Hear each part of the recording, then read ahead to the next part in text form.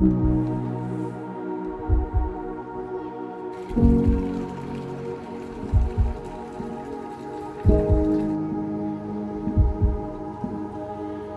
did my big journey together with my family, and I'm very grateful that I did, because if I would have done it alone,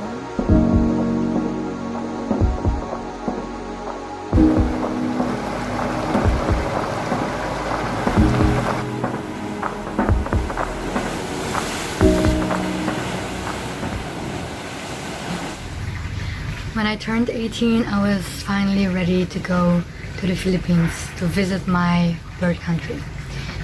The reason why I waited so long is because in the Philippines they have this law: if you want to look in your documents, you have to be 18.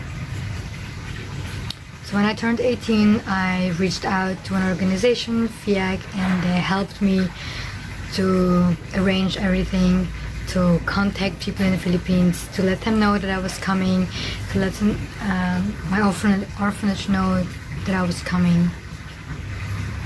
I did my big journey together with my family, and I'm very grateful that I did, because if I would have done it alone, it would have been way too much. Taking care of everything, hotels, all those things, and the emotional parts, nah. I wanted to go to the Philippines because I wanted to search my biological mother and my sister. I wanted to look into my document to hopefully find more answers. And I wanted to visit my orphanage and to say thank you to everybody that took care of me when my mother couldn't. Before I took off to the Philippines, I took another look in my document that I had in Belgium, and I found there the reason why my mom gave me up. She didn't have the money, the support, and she wanted to give me a good life, a better life. When I read that, it was such a relief to read that she did love me and that she wanted to give me a good life, because she knew if she would have kept me, that I probably wouldn't have a good life. I thought for a very long time that I maybe wasn't wanted, that I maybe was a very big issue for the family, and when I read that, it was such a relief. I traveled to the Philippines with a very open mindset, as trying to find my biological mother, but also knowing that I maybe would not find her in that journey, and maybe I would find her a couple years later, which was fine, but I just wanted to give it a try, and visiting the Philippines and my orphanage. When I arrived in the Philippines, it was so confrontating. I raised up with pale people, very tall people, so I always felt like an alien. And when I arrived in the Philippines and was surrounded with all those Asian, I was like, oh, there are people like me. I'm maybe not that weird. It was very helpful to accept my own Asian parts, because I could understand a bit better how the picture was, that I was born in the Philippines and that my people that look like me are in the Philippines, but that I just got moved to another country. It was weird though, because when I was there in the Philippines, people approached me in the language Tagalog, which is the language in Philippines. And I had to say, sorry, English, and they immediately made this face of, like, they were so confused. And it made me realize that I'm not 100% Philippines, that don't really belong in the Philippines because I can't speak the language, and I also don't really belong in Belgium because I don't look like them. It was difficult because I was searching for this sense of belonging somewhere, and when I had that confrontation that I didn't belong in the Philippines and I also didn't belong in Belgium, it was a lot of question marks. When I walked through the city of Manila, it was very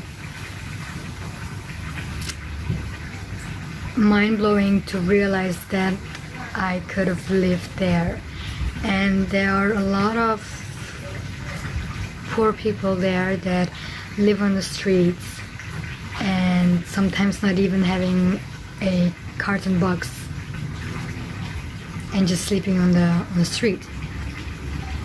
And a lot of children that were asking for money, and it was very confrontating because it was like, if I would not have been adopted, then maybe I would now be one of them, sleeping on the street or begging for money.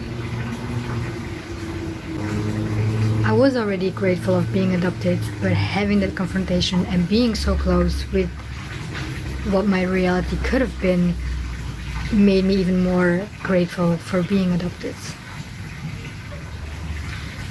I visited my orphanage and I could say thank you to the people that took care of me, which felt really good for me to having that out of my heart. When I was there, they showed me my documents and they didn't have more information than what I had in my document in Belgium. The only thing that I had were more pictures. So I had a picture of my mom and a picture of my dad and for my sister. And to have those pictures in my hand was it was something that I was longing for already from my 6 years old. And to have that picture and those faces was it was this kind of, it felt like I could already check mark it as like finding my parents, even though it was just pictures. Before I closed my documents, I felt I wanted to give a letter in my documents, so if my mom would ever want to find me, that there's a letter so she knows that I was already there. And it was also a way for me to give it a place emotionally.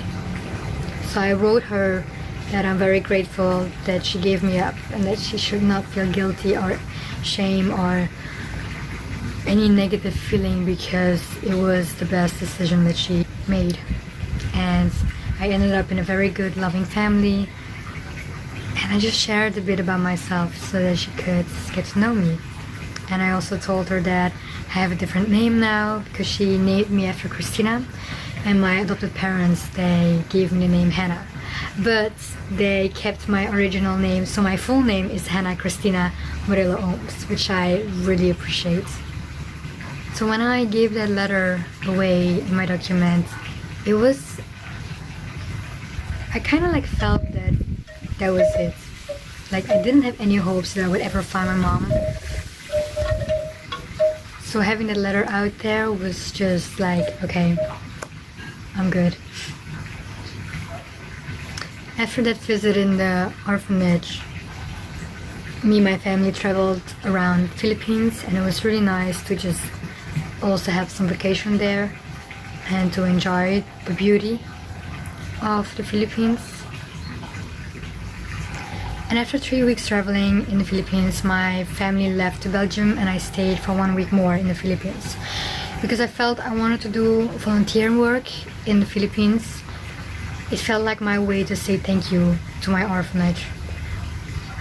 The organization that helped me and my family to organize this whole trip, they helped me organizing that I would have a room and that I could stay in my own orphanage while I was doing my volunteer work, which was crazy to realize when I was there. It's like sleeping in my orphanage while knowing that 19 years ago I was there, and that's where it all started, which was very close to my past.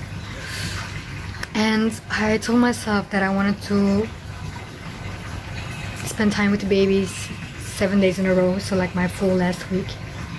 But my first day when I was there and being with the babies, it was very confronting. I was holding a little baby from 9 months old, which is the same age that I was when I was adopted. And it was like I was holding myself. Like I could see myself holding myself. And I wanted to take her with me and to make sure she would end up in a good family and that she would not go through all the things that I had gone through. And I actually basically wanted to do that with all the babies. And that was really difficult for me to have that boundary and saying to myself that all I can do is just give them a good time, a good experience, and that's where I have to leave it. And that was very difficult. So I didn't spend time 7 days in a row with them because it was so confrontating and it was so close to my history. So a lot of times I went into the city and I found myself a rooftop bar to escape from the chaotic city and to write in my journal, to take a break of all the things, because honestly it was too much. So the last days I was so happy to take off and to give myself the space to realize and to process everything that came up in this big journey. I didn't travel back to Belgium because the environment in Belgium was a very traumatic environment for me, so going back there wasn't the right space. So I traveled further to Indonesia, to Bali, and that's where I started unraveling everything, and a lot of emotions came up, a lot of realizations came up, a lot of old wounds that came up, and that's another story to tell in another video. So I want to leave this video with a question. How do you feel about adoption? Do you think it's a good thing? Or do you think that people shouldn't adopt? And if they shouldn't adopt, then what would be your solution for the children that are orphans?